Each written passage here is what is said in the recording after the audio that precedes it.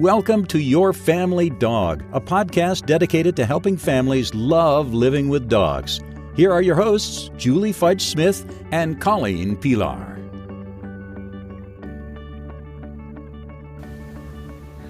Hi, welcome back to Your Family Dog. I'm Colleen Pelar, and I'm here as always with Julie Fudge Smith. And once again, we've invited one of our favorite guests, Jennifer Shyrock, to join us today to talk about supervision.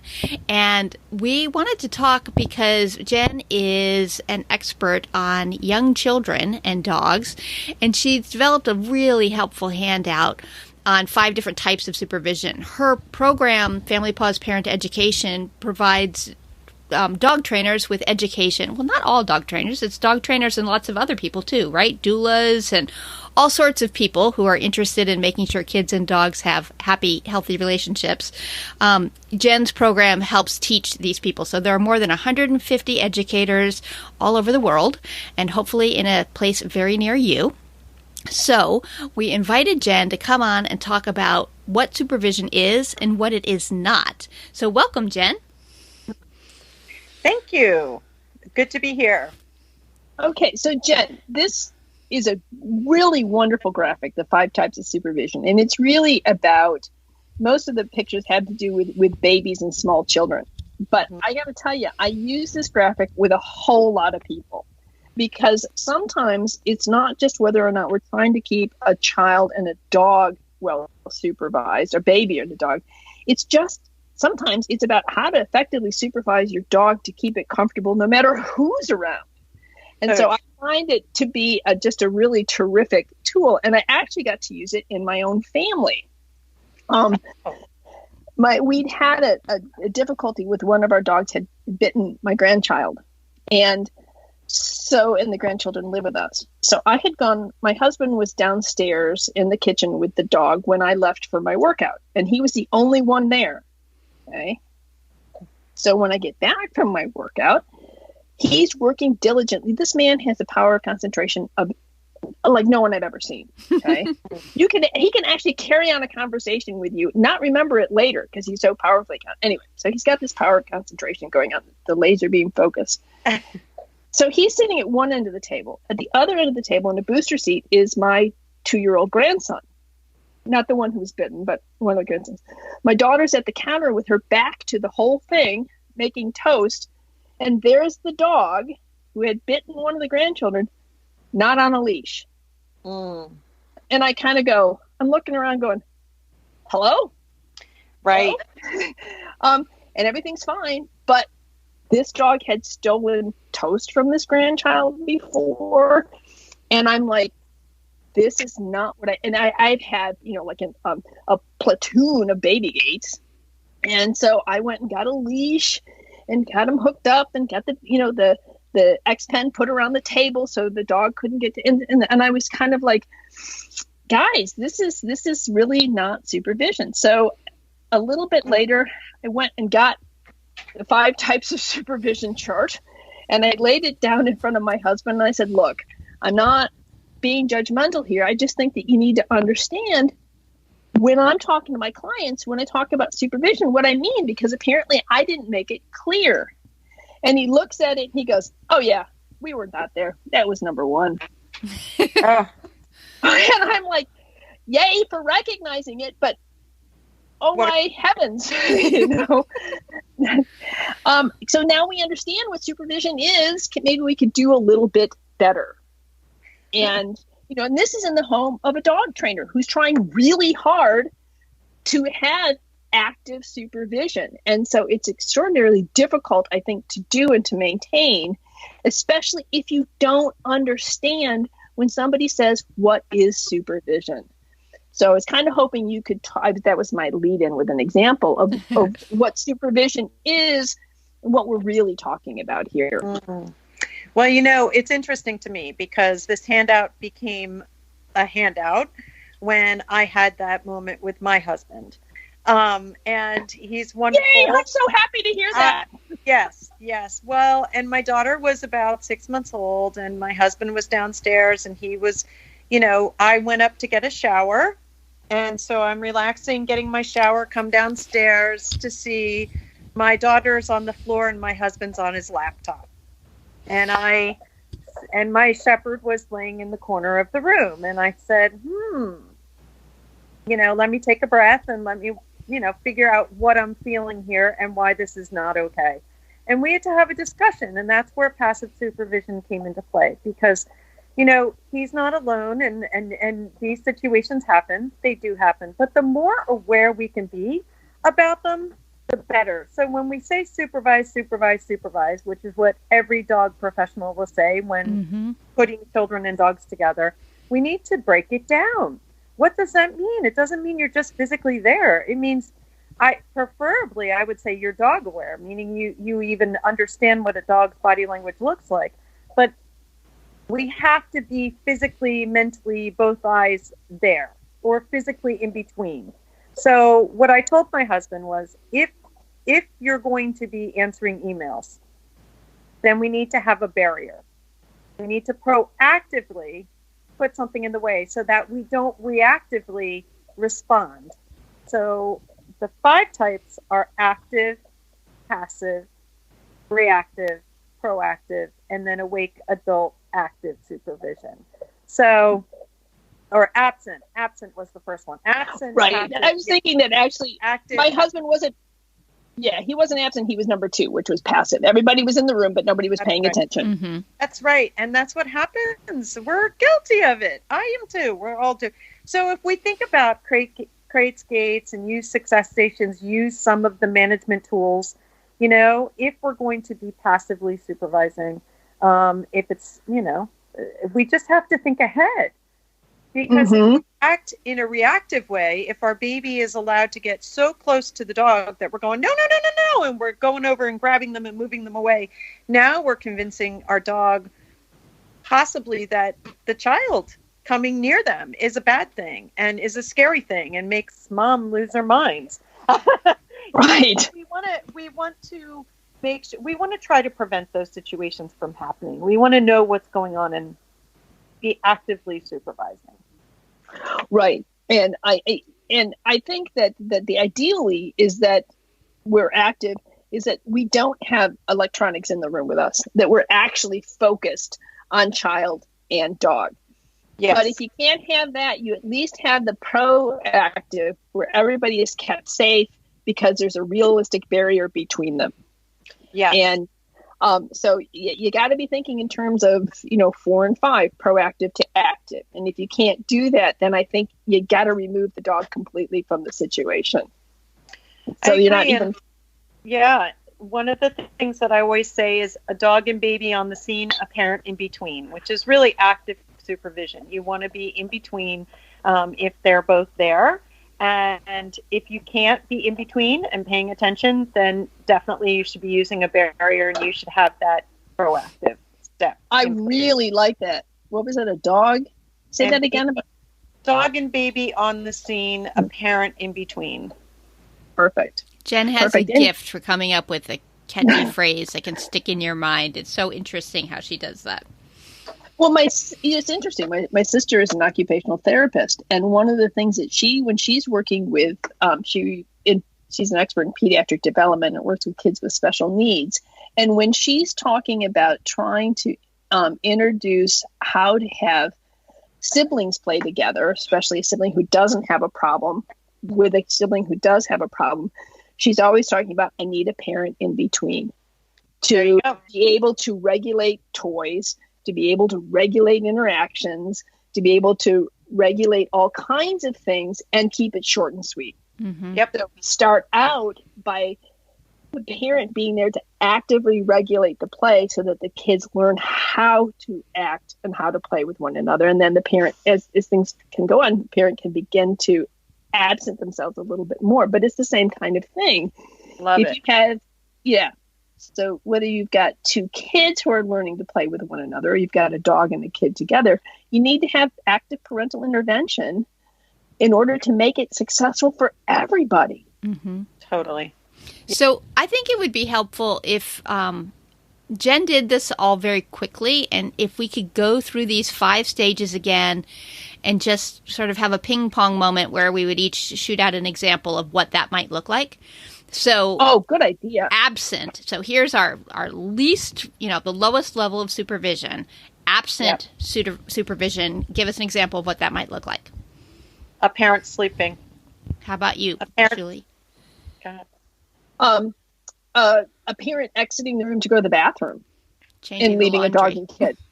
Yeah, change the laundry. That was the one like that was that. always so tempting for me in the early years. I was like, oh, come on, Gordo, let's go change the laundry. Come on. That's right. But another one that I think people need to think about is at the playground. Mm-hmm. So a parent who is distracted watching their child and not paying attention to the other unfamiliar children approaching their dog, that would be a form of absent supervision as well. Awesome. That's a great one. Thank you. That is a great one. I mean, not a great example, not a great thing to do. Okay, how about passive? Adult in the same location, but distracted and not watching is our definition. Cooking dinner. So we're in the same location and the child's in the kitchen. Right. Watching TV. If everybody's, the dogs are in the room and the kids are there and we're watching TV and nobody's paying attention to what's happening on the floor. Answering texts, getting sucked into your phone. Candy Crush. It's a Candy Crush moment. Right. Okay, so 3 is reactive, responding after the dog or child is too close. Child is crawling over to the dog. Yeah, that's a good one. I would say is you're on the phone and you turn and you look and you see that the dog has come over and is moving towards the child who has a popsicle or, a peanut butter sandwich. So you're on the phone and you're like, no, as the dog moves towards the child with the sandwich. So it's going from passive to reactive. Mm-hmm. Which I think is the most common, that we're sort of think we're supervising because we're passive and we're there. And then something happens that triggers our brain and we go, oh no, we dive into action. A reactive one that I was thinking of was seeing a dog give a nose signal and then letting it go one more time, where it's sort of like the dog is done and you think, oh, the dog is done. But then the child does it again, another hug, and then you're like, no, now's the time to interrupt. We're a little late. Right. Yeah. Right. Definitely. Proactive planning and preparing for safe separation. I love to have a gate in between as the divider and the dog on one side and child on the other. Right. I think about it in my office at home. I have a gate at my office door with a sign that says Zuzu's alone zone. So when Zuzu is in my office and that gate is closed, I can be distracted. I can be working at my desk because the gate is there and the kids have to ask, can I come in? And so for me, that's being proactive. I'm not actively supervising Zuzu or the kids, but I've set up, hopefully, a system by which I can become active when the signal is given. Yes, that's a good one. One that I used a lot was I had a tether attached to my desk for a number of years after we adopted Edza, where we would call it time to contemplate world peace. And Edza would go have a little quiet time near my desk, which meant I could watch him, but also kept him out of all of the kid activities. One other Jenism that sticks in my head is she said, crate, gate, separate, rotate, as sort of an individual, let's get started thing. When things are a little stressful, we can use our crates, we can use our gates, we can have some distance, but we don't always want it to be, that all of your attention is wherever you are. So you're rotating your attention, your activities, things like that. So crate, gate, separate, rotate. Another Jen Shyrockism that pops into my head from time to time. There are so many. That's a great one. That's a great one. But it's a good way of remembering some of our proactive options, too. Absolutely. And then the fifth one, the good one, the green, yay, we're doing it right, is active, full awake adult supervision. And there's actually some really important words right there. Full awake adult supervision, like who is doing this? It's not just your 12-year-old in the room watching the younger kids, stuff like that. So examples of full adult awake supervision for our listeners? Parent-guided play. A game where a parent is directing and controlling it is a good way to do that. I think about when I take my grandkids for a walk around the block, and I have Zuzu, and she's on a leash with me, and I sometimes will have a second leash so I can have a helper walker. That's good. But I have my bait bag. I'm really aware of where Zuzu is. She's with me. I'm aware of who's holding the other leash. And the other kids are always in front of me. So nobody's sneaking up behind Zuzu. So, it's exhausting. It is. Right. By the time I get home, I'm like, everybody do something quiet now. But it's also fun, and it allows them to have a good moment with Zuzu, so that they see her as sort of their dog, and that helps them to be kinder and more aware of other dogs. So it's really worth the effort, because it allows me to combine the two things that I probably love the most in the world, which is my grandkids and my dog. Yeah. And if I can't do that, then I feel like something's real lacking in my life. Right. Well, and I think the fact that it's exhausting is normal, but not talked about. So anyone who thinks that it's exhausting supervising kids and dogs probably isn't saying that to all of her friends, because she thinks she's the one doing it wrong. But she's actually doing a great job in most cases of really managing it. And a lot of people just go on faith. And you know what? Quite frankly, it works most of the time. So God bless the dogs and the children for whom that works. But that's not what we would ever advise. We're advising that you use the proactive supervision and the active supervision to really make your life easier. And that recognizing how difficult and exhausting active supervision is, come up with some proactive supervision strategies to give yourself that downtime and still have great, safe interactions. Absolutely. That's a great way of putting it. And it's not so much that it's physically exhausting, although it can be. It's really mentally exhausting to be on that full awake. It's the full awake that does you in every time. It is, because you have to be like an octopus. I mean, you have to have hands and eyes. Like, you really need to be planning that out. Right. I think actually you should say fully caffeinated. Yes. Version 2 of the handout. Fully caffeinated. That's right. Fully caffeinated adult supervision. Right. Yeah. It's true. It's true. I think this is a really helpful tool. So I'm really glad that Family Paws created this and shares it so that people can use it. Because again, just like Julie said, the handout is sort of designed to talk about small child safety supervision, but it's true in every household, whether or not there are kids there, that there are ways that we can implement these forms of supervision for every dog.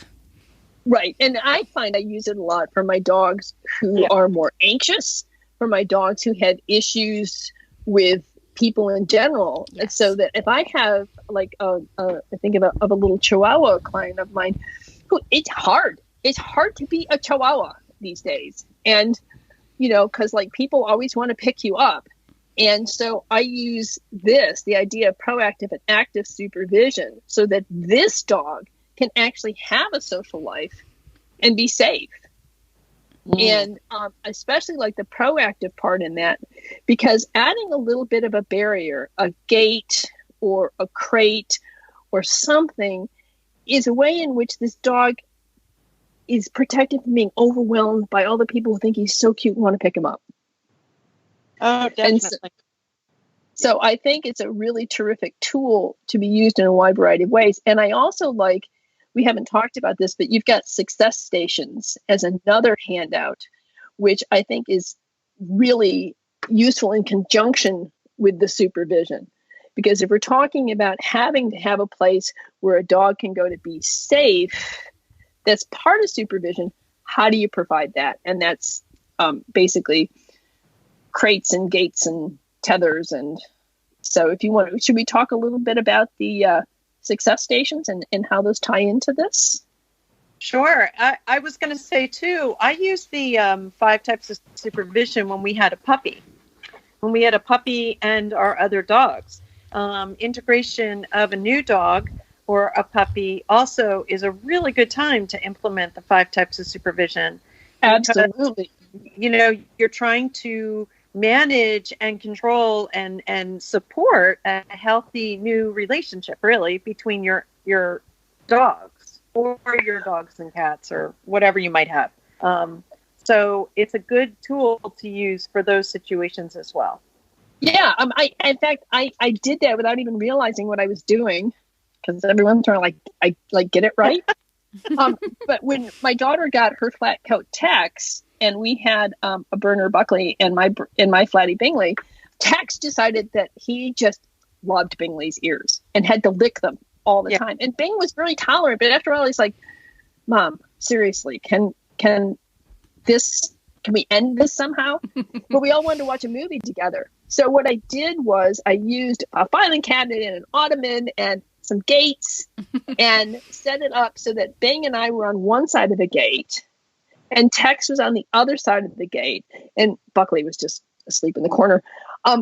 So that Tex and Bing could lay next to one another. But Tex couldn't harass Bingley's ears. Yes. And so they learned to be with one another. It kept Bingley from having the cleanest ears on the planet. But also taught Tex, I can just be with Bing. I can just be with Bing and everything's fine. They ended up becoming best buddies. But it was really important that I monitor their interactions so that one of them didn't get sick of the other one. Mm-hmm. Right. And so you can get real creative. And that was passive. So we could all watch him, or proactive, I guess. It wasn't passive because we were all there and we had gates. So I guess we were being proactive. We had planning and preparation. So proactive. Yeah. That's right. And so with proactive, you run into the success stations. That's where you're going to implement crates or gates and tethering. But tethering, we want to be extremely careful about. Tethering is only available when a child or people are not going to have access to the dog. Yes. We don't want the dog, we want tethering to be done safely. We might use those tethering in the first 3 months when a baby's not crawling, but the second a baby can move, we're not going to be using a tether. And that's really important that people know that that's right. Those management tools we might use with newborns, but we would not continue using once a baby's mobile. Yes. Right. And we also wouldn't use a tether with any dog that has sort of panicky moments because they can kind of fling themselves against it in dangerous ways. Exactly. Yes. Yeah. Very true. That's right. So is there anything else that you would want to mention about supervision that we haven't covered here that somebody might want to think about when they're planning about supervising their kids and dogs? I guess for me, the biggest, the one that I do want to mention again is if you're taking medication or you're having a couple of adult beverages, things like that, there are things to consider as far as supervision. And it's something that, can lead to a lack of supervision or distraction. So those kinds of things. People fall asleep or doze off or take a nap, and the dog and child, are not having that awake adult supervision. So those kinds of things. I think about this when a new mom is coming home and has medication prescribed and all that stuff and might doze off. Mm-hmm. So those are things that I really do emphasize because that can become an unsafe situation very quickly, especially when we're exhausted parents. Yes. So it's something that can happen really easily. That's a really good point. Really good point. So, All right. Well, thank you so much, because I think that was I liked, Colleen, your idea of each of us giving an example so that people are really clear about what it is we're talking about. We will certainly put this on the website and access links to both that and to the Success Station so that people can quickly draw those up. And if you wanted a trainer who has been trained through the Family Paws method to come and look at your home to make some suggestions for types of supervision strategies you might be able to use there. The Family Paws website does sort by state and country because it's not just in the U.S., right? So we can put a link to that as well. Yes. So that all that will be in the show notes. All right. Well, thanks, Jen. It was so fun.